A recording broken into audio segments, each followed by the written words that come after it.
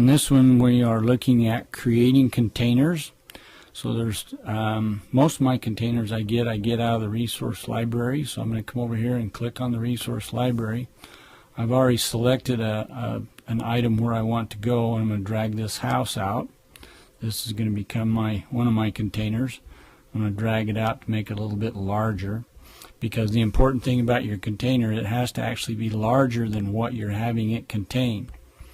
So I've pulled out a house out of my resource library. The other one, you can come over here to your selections, and I'm going to pick shapes. If I pick shapes, I'm going to select a shape here, and then on the inside, these colors here are the inside of your shape. These over here are your borders. So I've got those. I'm going to go ahead and create a shape here. Now the thing is I can use these shapes as containers, but I cannot take the pen here and actually draw and create it, because then it won't be a container. So these shapes here works, or anything out of your resource library. So now I've got the two shapes created there. Let's get a little text here. Type over here, we're going to make this one mammals, or mammal, sorry. And over here we're going to create this one, call it fowl. So I've created my two texts so that they'll know what I'm looking for to go in each one of these containers. So now let's actually create the container. So on this container, I'm going to click on it, and I can come here to this selection here that looks like a drop down window. If I click there, I can go to my properties browser here, or the other place I can go is I can come up here in my resource browser, and it looks like a white piece of paper here. I'm going to click that one. That's also my property browser. I'm not worried about the name or the keywords of my container here, other than now I'm going to scroll down and get container. Here I'm at the one that says container.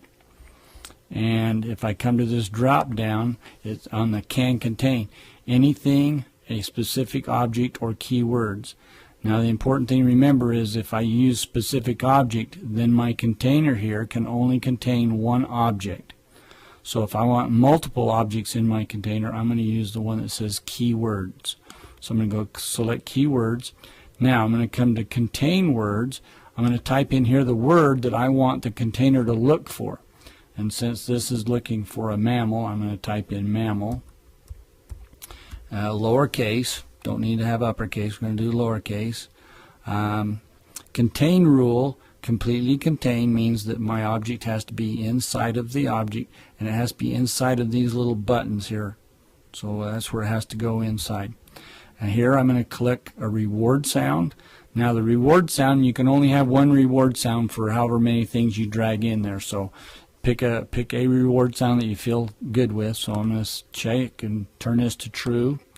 And then here it wants me to find a reward sound. So I'm going to click on this little box off here to the side. To find the reward sound, you have to go into your hard drive, into your user folder, into shared, because that's where all your shared stuff is, Promethean. Now, if you're in Active Studio, they're going to be here. Active Inspire here. I've moved all of mine to Active Inspire, so they're all here. So the two places my sounds are, I have two places. I have shared sounds. These come from Active Studio.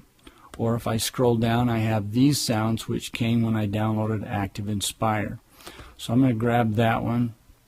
Since I've got mammals, I'm going to grab here, and we will get a cockerel. So we'll pick that one, and we'll open it. So now you can see over here I've got my sound.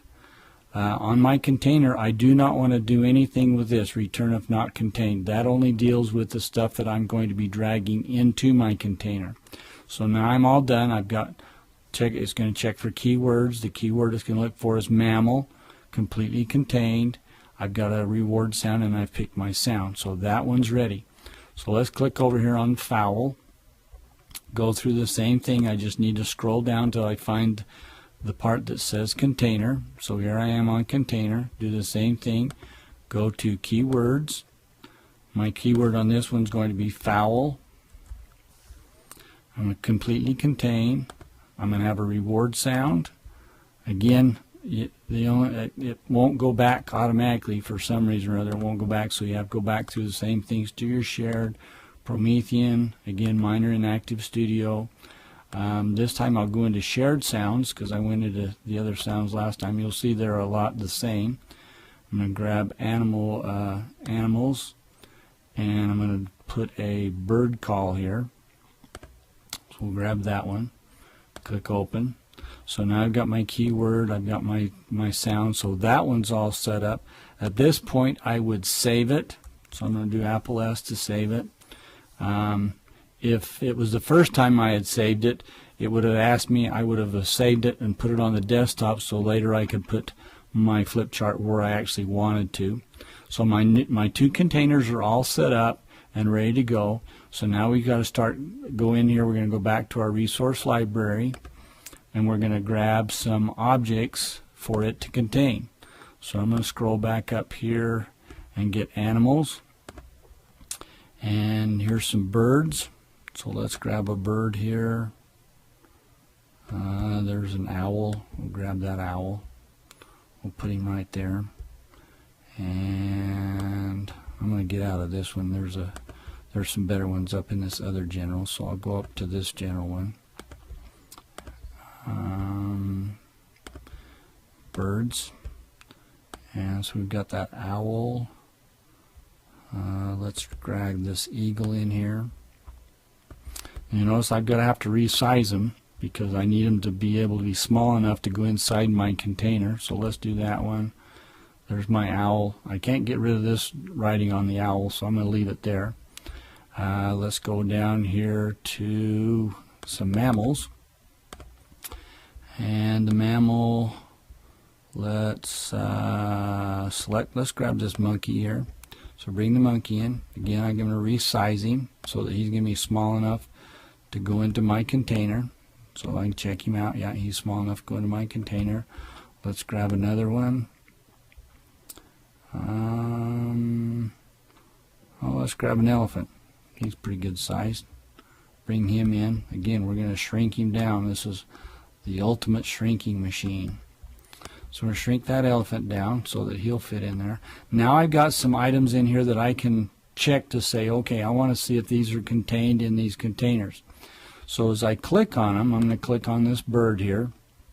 I need to go to its property browsers. Again, I can go here, or I can just go right straight if my browser window's up. I need to scroll to the top to get its identity, and I need to check here. I'm going to scroll over and see if it has the word fowl in there. It doesn't. So I'm going to scroll over here, and I'm going to put a space, and I'm going to type in the word fowl. Now I can add and delete these as I want and need to. So now I've got a keyword there because this is the keyword that my container is going to be looking for. So now I'm going to scroll down to container, and now I've got the container here. On these things I'm dragging, the only one I want to worry about is down here where it says return if not contained, and I change that to true. Now I've got to make sure that I've got these things where they're at, because if I move this one anywhere now and I don't put it in a container, it will snap back to this spot where I've saved it. So now we'll do the monkey. Go up to the monkey, check. I'm going to check my keywords here, scroll through here. I'm just using my arrow key. It does have mammal, so I don't need to worry about adding it. Scroll down till I find container. Here's the container, and again I'm going to check return if not contained to true. Let's grab the owl, go up, scroll back to the top, check it to see if it has fowl in there. No fowl. So let's put it right here. I'm going to put a space and put fowl. So I can put it anywhere just so long as it's in there and there's a space in between them. So I've got fowl there. Go down to container again. Check return if not contained to be true. Grab elephant. Scroll up to the top. Check its identity to see if it has mammal in there. it does, so I don't need to change that one. So now I've got my container set up. I've got these all with the right keywords, and I've got them checked to return if not contained. So I'm going to save this now, because now as I go to drag these, let's try the bird. Try the bird down into the mammal. Doesn't stay, so because the keywords did not match, the keyword that this was looking for was not found in here, so it snapped back to its spot. Let's grab the monkey, bring him down. We get our reward sound. Close the window. Grab the bird, bring him in here. Nope. Let's grab the bird, the owl, take him over to the fowl. I'm going to stop the sound, so I'm going to stop the sound right here and close this window. I'm going to grab the elephant, drag him in here. That one worked. Now we'll bring the bird in, the eagle. I'm going to stop the sound because I don't need to go anymore. Close my window. Now, you notice if I try and drag these back out, whoops, it came back out. Normally it shouldn't. See if this one will come back out. See, that one didn't. So maybe I don't have my elephant marked to return if not contained. Let's see if I can put him into fouls. Yeah, I can. So let me drag him back up here. Let's reset this. I better check, make sure that I didn't mess up anything. Container. Yep. So I need to go back to my elephant because evidently I didn't finish him off. So let's see. I already checked that one. Let's go down here. Container. Oh, I forgot to change the elephant to true to return if not contained. So now let's save it again. So now if I drag this eagle here, that will stay. If I drag the bird here, he will stay. I'm going to close this window. Now let's drag the monkey down here. He stayed. Let's drag the elephant here. He stayed. Now if I try and drag the elephant out, he's going to stay in that container. So the advantage is now I can come over to the reset page and it will reset it back to the last place I saved it. So now I'm all set up with my containers, my objects to drop into the container to see if they work. So hopefully that's been beneficial to you, and if you need to, watch it several times until you fully understand that what happens to happen. Let's look back here just one more time on the containers. On the containers, I'm going to work everything from can contain down to adding a reward sound. I'm not going to do anything with this one. This one is only with the objects that I'm dragging in to be contained. That means that if they're not, then they'll jump back if they're not contained. So thank you for watching, and I hope this helps out.